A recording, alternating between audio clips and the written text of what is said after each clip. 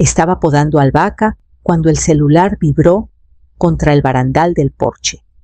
El nombre de Marisol brilló en la pantalla y por un segundo pensé en dejar que cayera al buzón de voz.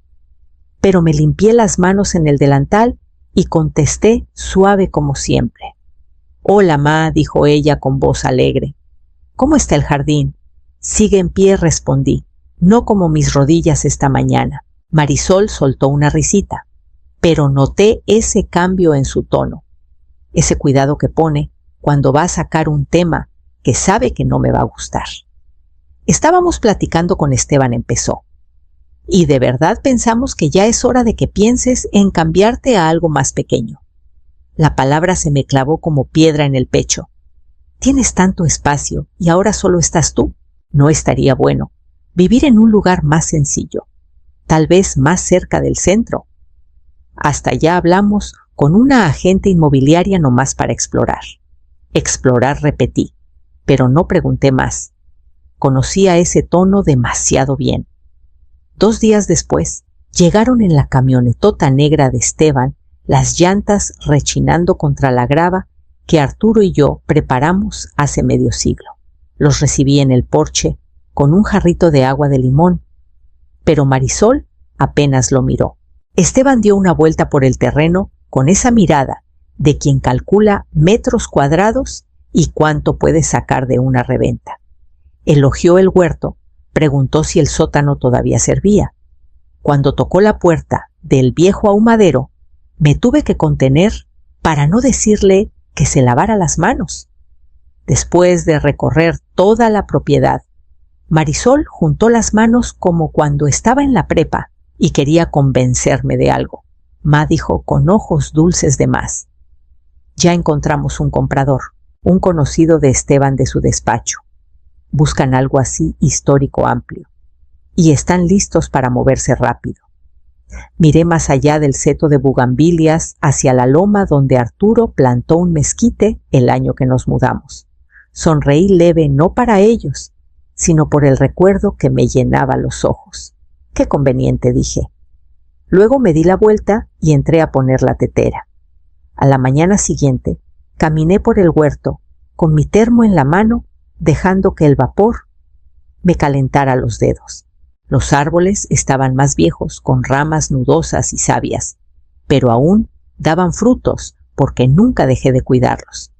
Me detuve bajo un guayabo, uno que Arturo injertó con sus propias manos, y puse mi mano en el tronco, como siempre que lo extrañaba más. Esta tierra nunca fue solo lodo y pasto para mí. Estaba tejida de recuerdos. La pendiente cerca del estanque aún tenía el hueco donde Marisol armaba fuertes con ramas caídas. Las escaleras de atrás tenían un desgaste de tantas noches que pasé con Arturo, con los pies tocándose viendo luciérnagas. Cada rincón guardaba una historia, no todas felices, pero todas nuestras. Cuando el derrame de Arturo llegó rápido y sin piedad, me negué a dejar la casa. Marisol estaba en la universidad y vender entonces habría sido como borrarlo demasiado pronto. Así que trabajé desde casa, acepté encargos de consultoría de plantas, vendí esquejes por correo. Hice que alcanzara. Siempre hice que alcanzara. No creo que Marisol haya visto nunca el esfuerzo. Vio los resultados: sábanas limpias, panques frescos, las cuentas al día. Pero no las noches en vela, calculando cómo pagar sus libros y sus frenos de ortodoncia. Creció y dejó atrás esta casa más rápido de lo que esperaba. A los 25 la llamó encantadora. A los 30, excesiva. Regresé a los bancales del jardín y me agaché para arrancar una hierba que se enroscaba entre 2 hileras de espinacas. La tierra aún olía a mañanas de primavera, a café en el porche y ladridos de perros en el valle. Nada de eso me parecía excesivo. Esa tarde saqué los álbumes de fotos viejos y me senté en el piso del solario pasando página tras página. Marisol sin los 2 dientes delanteros, sosteniendo una canasta de frijoles. Arturo sonriendo tras el volante del tractor viejo. yo en overol con tierra bajo las uñas. Y orgullosa. Esa fue la última vez que dejé que alguien más definiera lo que necesitaba. La invitación llegó en un mensaje grupal como si yo fuera solo un nombre más en una lista. Cena en nuestra casa 7 p.m. el sábado. Vístete bonita. Marisol ya casi no me hablaba por teléfono, no de verdad, pero fui como siempre. Llevé un pay de duraznos hecho con los últimos del huerto y me puse el vestido gris que Arturo decía que hacía brillar mis ojos. Su departamento era puro vidrio y concreto impecable, como sacado de una revista. Olía a romero velas y una especie de esterilidad a la que nunca me acostumbré. Marisol me saludó con un beso en la mejilla, ya medio girada hacia su siguiente invitado. Esteban saludó desde la isla de la cocina, copa de vino en mano. Su apretón de manos fue breve, los ojos ya revisando el cuarto detrás de mí. La mesa estaba llena de amigos que no conocía, hablando de leyes inmobiliarias nuevas y renovaciones en la playa. Me quedé callada escuchando más de lo que hablaba hasta que alguien preguntó por planes de retiro. Dije que me gustaba donde estaba. Marisol soltó una risita. Mi mamá sigue en la casa vieja del campo. ¿Pueden creerlo? Es una ternura, pero la verdad es demasiado para una sola persona. Esteban dice que ya es hora de ayudarla a seguir adelante. Una de las mujeres se inclinó hacia mí. «Qué suerte tienes de que tus hijos te cuiden». Sonreí. Mis manos cruzadas en mi regazo escondían lo fuerte que apretaban. «Claro», añadió Marisol, dando un sorbo a su vino, «cuando la tengamos instalada igual y construimos algo.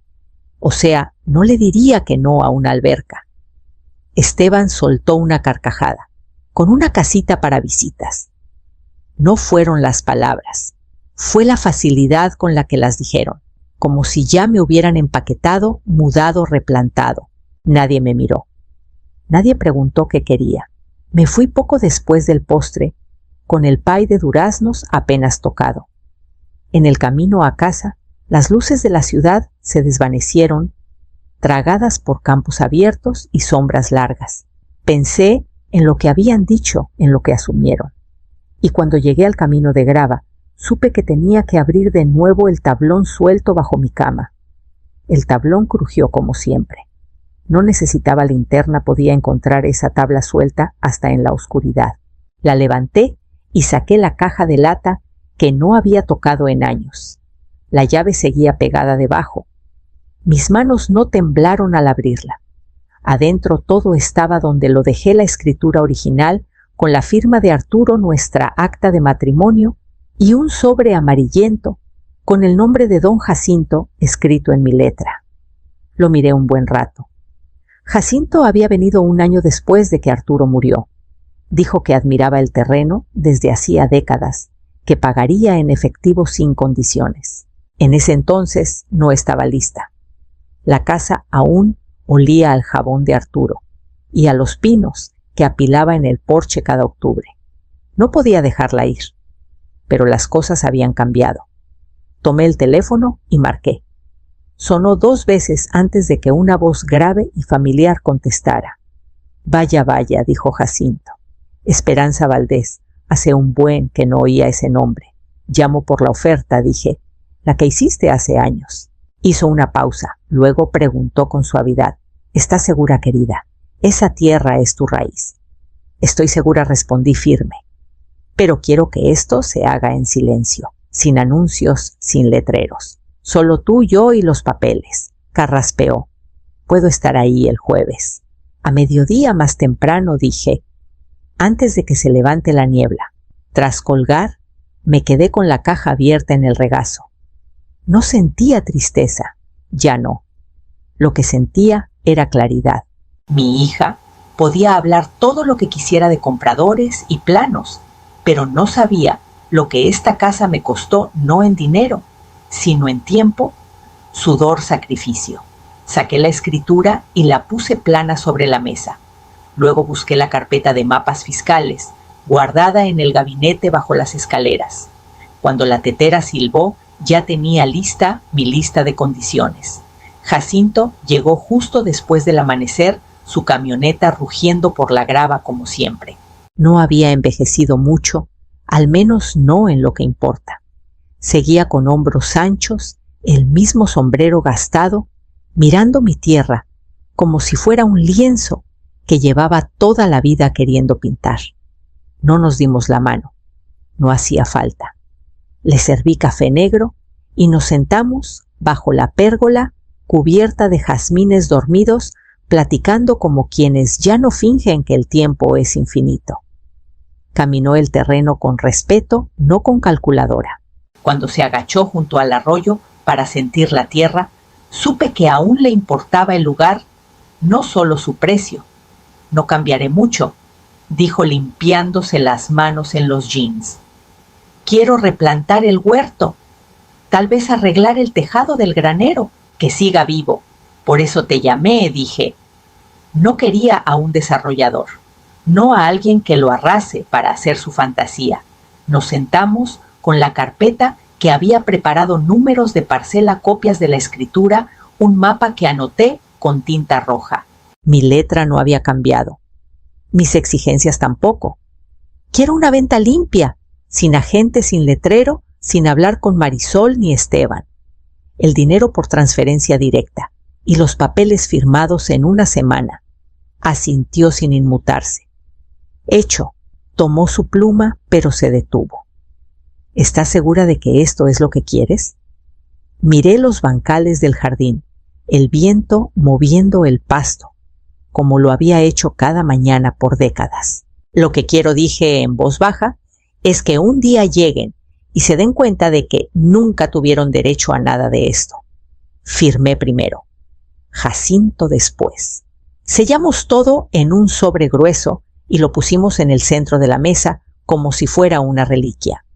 Esa tarde, justo antes del atardecer, Marisol mandó un mensaje.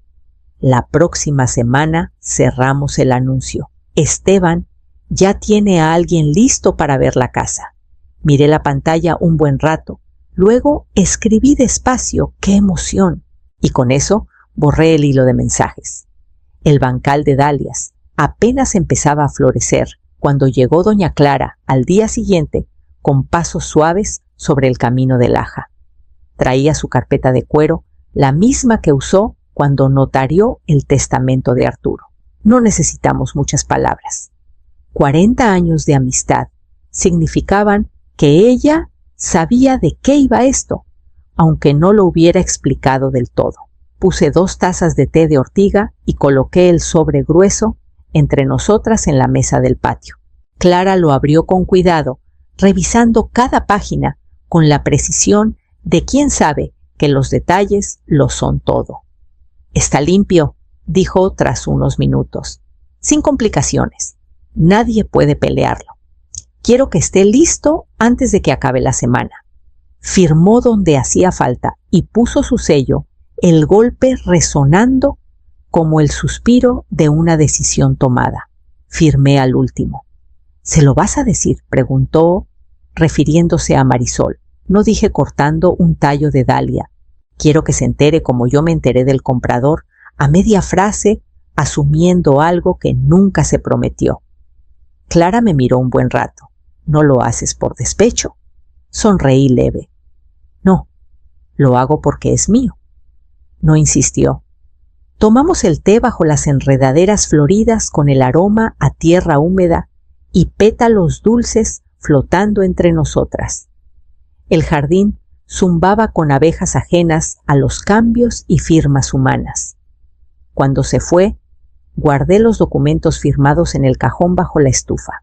Había sido idea de Arturo guardar lo más importante cerca del corazón de la casa, algo que pudieras alcanzar sin necesidad de explicar.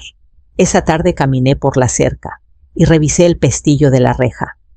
Limpié el columpio del porche y vacié el buzón. Hasta saqué brillo al llamador de bronce de la puerta, y antes de irme a la cama, hice una última llamada, esta vez, al abogado de Jacinto, confirmando la entrega de los fondos finales. Luego doblé la escritura y la metí en un sobre dirigido a mí misma. Llegaron un martes. Acababa de tomar mi té matutino cuando el rugido bajo de llantas resonó por el camino de grava. Una camioneta de mudanzas larga y blanca, flanqueada por la SUV de Esteban, se estacionó como si fueran los dueños. Los vi desde la ventana de la cocina mientras Marisol bajaba con tacones demasiado altos para el campo y se ajustaba los lentes de sol como si estuviera posando para una revista. Esteban ni siquiera levantó la vista antes de dar órdenes. Empiecen por el ático, luego los cuartos, la cocina al último. Salí al porche tranquila como siempre, limpiándome las manos con un trapo. Marisol me vio y se acercó con una sonrisa forzada. Hola, ma. No contestaste mi mensaje, pero pensamos que estarías. Venimos a adelantar y sacar lo que no necesitas. Lo que no necesito, repetí, dejando la palabra flotar. Ella miró hacia los de la mudanza que bajaban cajas del camión. No te preocupes, vamos a guardar las herramientas del jardín. Sabes que a Esteban le encanta la idea de los bancales elevados. Bajé los escalones despacio y caminé hacia el buzón. De debajo saqué una estaca de madera con un letrero que pinté ayer.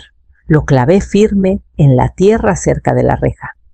Las letras blancas resaltaban contra el pasto verde. Propiedad privada. Vendida. Prohibido el paso. Esteban se quedó parado a media frase. Marisol parpadeó. ¿Qué es esto? Me sacudí las manos. Es lo que dice. No viven aquí. No son dueños de este lugar. Y no pueden tomar lo que no es suyo. Pero ya tenemos un comprador listo. Asentí. Yo también. El silencio que siguió estaba cargado de incredulidad.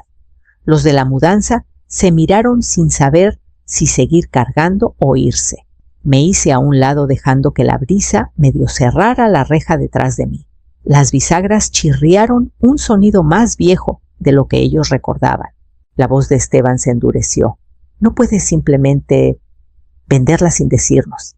Pero yo ya caminaba de regreso a la casa donde el contrato estaba doblado junto a una maceta de romero.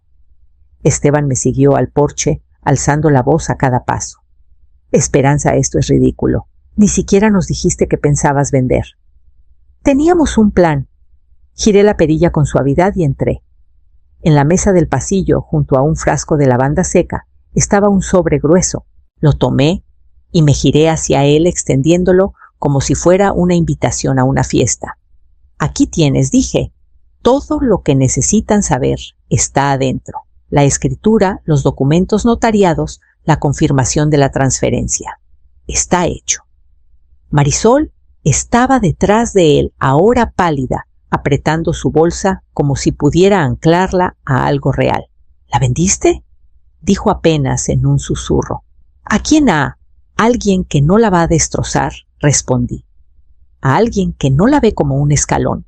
Ella abrió el sobre con manos temblorosas, revisando la primera página.